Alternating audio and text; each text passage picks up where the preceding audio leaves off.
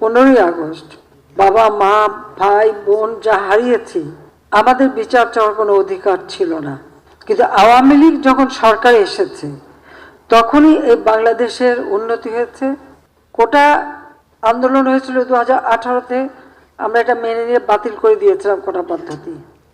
পুরা জুন মাস চলে গেল। জুলাই মাসের 7 তারিখ থেকে হঠাৎ দেখি আবার কোটার জন্য আন্দোলন, যখন কোটা পদ্ধতি নাই আর আন্দোলন না, সেখানে দেখা গেল ঝাঁকে ঝাঁকে সব জড়ো হয়ে যাচ্ছে। তাদের এক দফা দাবি ছিল কোটা সংস্কার, সেই যে দাবি করেছে সেই দাবি সংস্কার করে দেওয়া হলো, কিন্তু সেই সংস্কার করে দেওয়ার পরেও তাদের আন্দোলন থামে না, দাবি থামে না।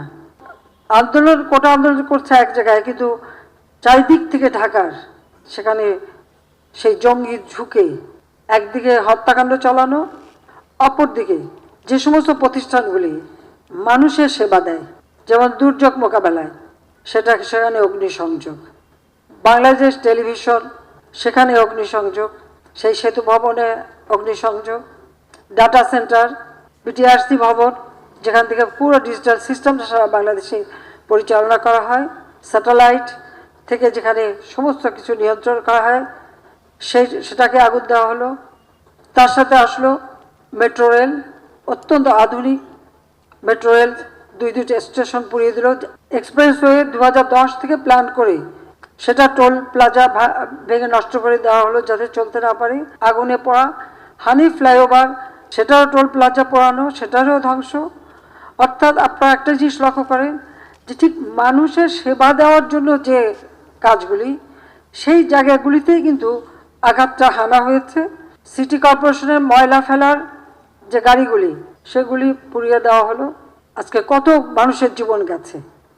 আর সেই সাথে সাথে পুলিশ হত্যা করে, শুধু হত্যা না, কীরকম বিভৎস দৃশ্য আপনারা দেখেন যে হত্যা করে তাকে ঝুলিয়ে রাখা হলো, পা বেঁধে উপর দিকে মাথা নিচু করে, পুলিশের উপরে আক্রমণ, কত গাড়ি পুড়িয়ে দেওয়া হয়েছে। র্যাবের গাড়ি চালাচ্ছে তাকে যেভাবে মারা, বাড়ি বাড়ি ঢুকে ঢুকে কোথায় পুলিশ আছে পুলিশকে মারতে হবে, আর আওয়ামী লীগ কোথায় থাকে তাকে মারো।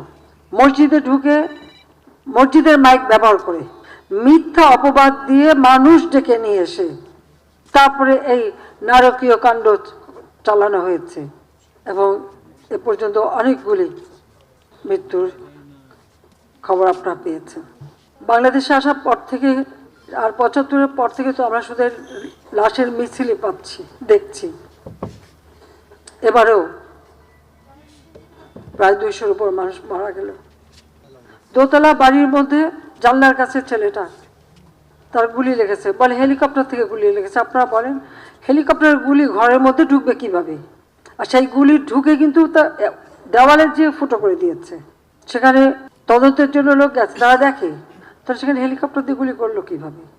যখন পুলিশ আটকা পড়লে, যখন বিটিভিতে এখানে আগুন দিচ্ছে একটার পর একটা, আমরা হেলিকপ্টার থেকে সেখানে পানি দিয়ে আগুন নেভাবার চেষ্টা করছি, কারণ ফায়ার ব্রিগেড যেতে পারে না।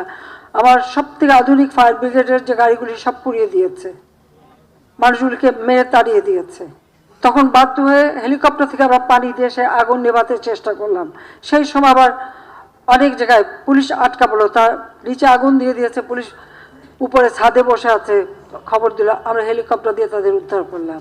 শুধু পুলিশ কেন, অনেক জায়গায় বিভিন্ন বিল্ডিংয়ে যে সমস্ত কর্মকর্তারা আটকা পড়েছে, আমরা হেলিকপ্টার দিয়ে দিয়ে তাদেরকে উদ্ধার করেছি। একটা জিনিস গেলে আবার গড়ে তোলা যায়, কিন্তু একটা জীবন গেলে, প্রাণ গেলে তো আর ফিরে পাওয়া যায় না।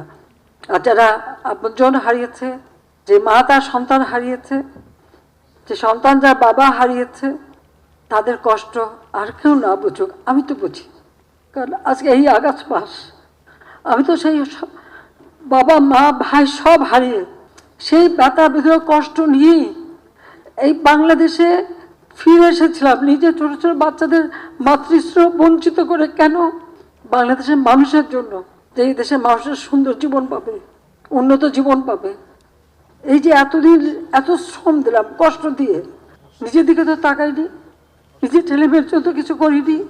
যা কিছু করছি মানুষকে দিয়েছি, প্রতিটি মিনিট প্রতিটি সময় দিন রাত পরিশ্রম করেছি, কারণ তিনি আমাদের রক্ত দিয়ে গেছে, তিনি কিছু নিয়ে যাননি, কিছু নিয়ে যাননি। আবার কি এক টুকরো কাফনের কাপড়ও নিয়ে যাননি, তার গরিব মানুষের জন্য ওই রেড ক্রসের মাধ্যমে যে কাপড় দিতে, সেই কাপড়ের পাড় ছিঁড়ে তারপর সেই কাফন দেওয়া হয়েছিল। আর আমার মা ভাই তাদের কাউকে কোনো কাফন দাফন কিছুই দেওয়া হয়নি। কাজে তারা কিন্তু কিচ্ছু নিয়ে যায়নি, দিয়েই গেছে।